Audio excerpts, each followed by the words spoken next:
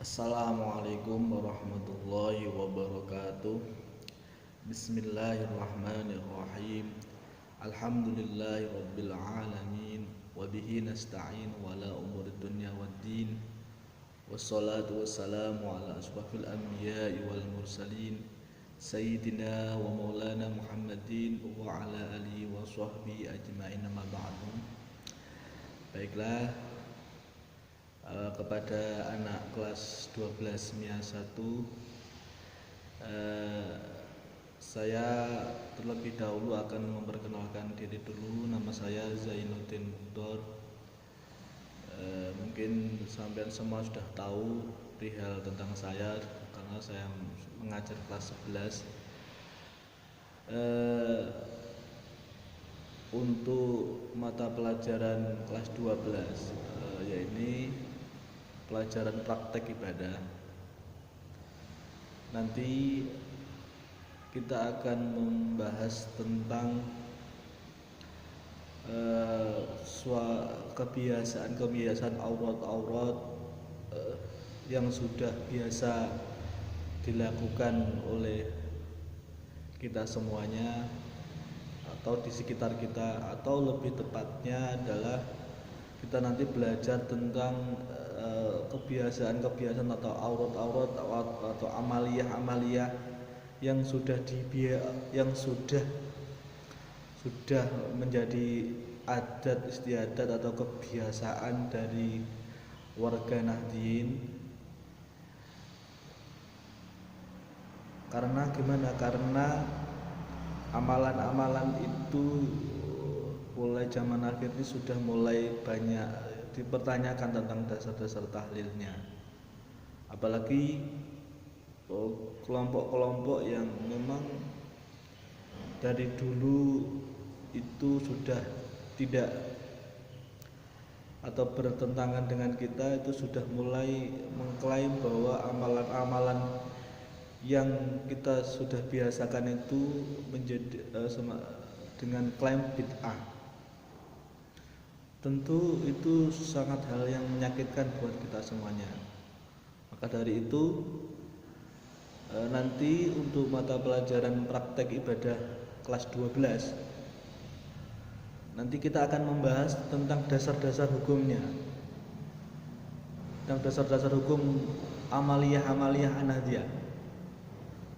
Semacam nanti tahlil itu dasarnya gimana, talqin itu dasarnya gimana, dasarnya apa.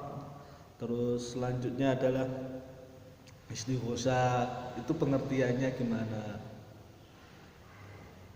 Terus nanti istighosah, setelah itu adalah maulid, itu apakah ada dasarnya. Terus selanjutnya manaqib, apakah itu ada dasarnya.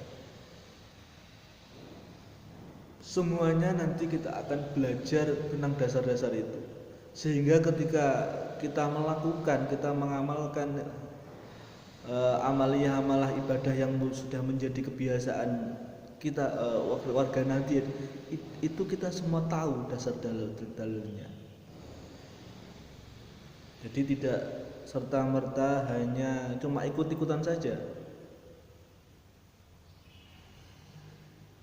Semacam contoh, ada, kita tahu banyak sekarang itu mungkin di daerah sekitar kita ada yang sudah tidak ada talqin setelah mengubur. Karena apa?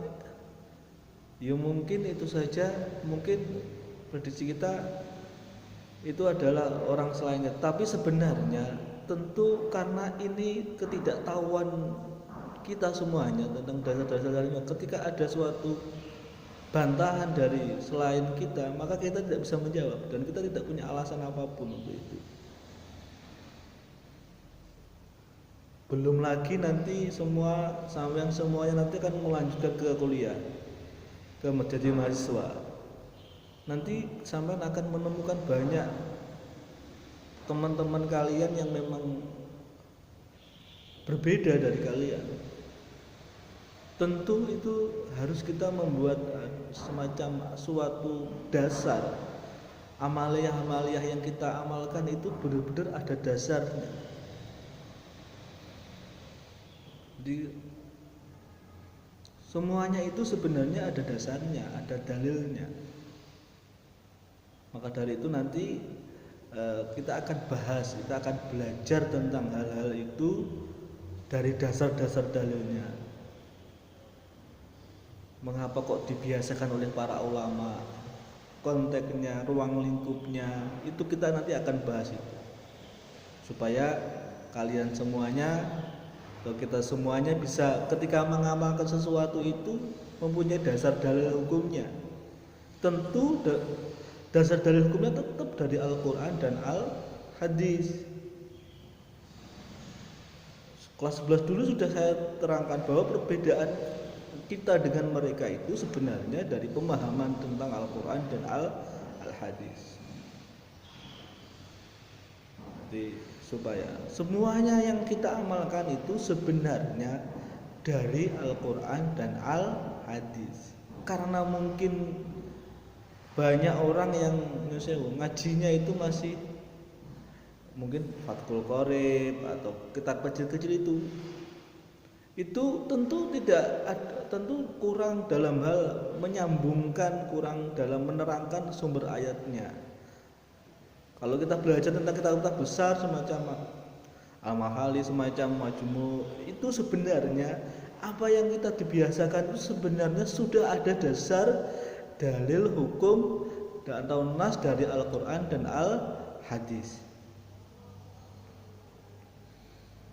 Jadi oleh karena itu mohon kita nanti akan mohon saya harapkan untuk bersungguh-sungguh tentang pelajaran ini supaya kita nanti ketika berada di masyarakat, berada di manapun berada, apa yang diamalkan, apa yang kita biasakan, apa yang diamalkan oleh warga Nahdliyin seperti kita itu memang ada dasar dalilnya. Dan kita sudah bisa meneruskan amalia-amalia yang sudah dibiasakan oleh para leluhur kita. Baiklah, untuk perkenalkan itu saja dulu. Kurang lebihnya mohon maaf. Akhirul kalam, wassalamualaikum warahmatullahi wabarakatuh.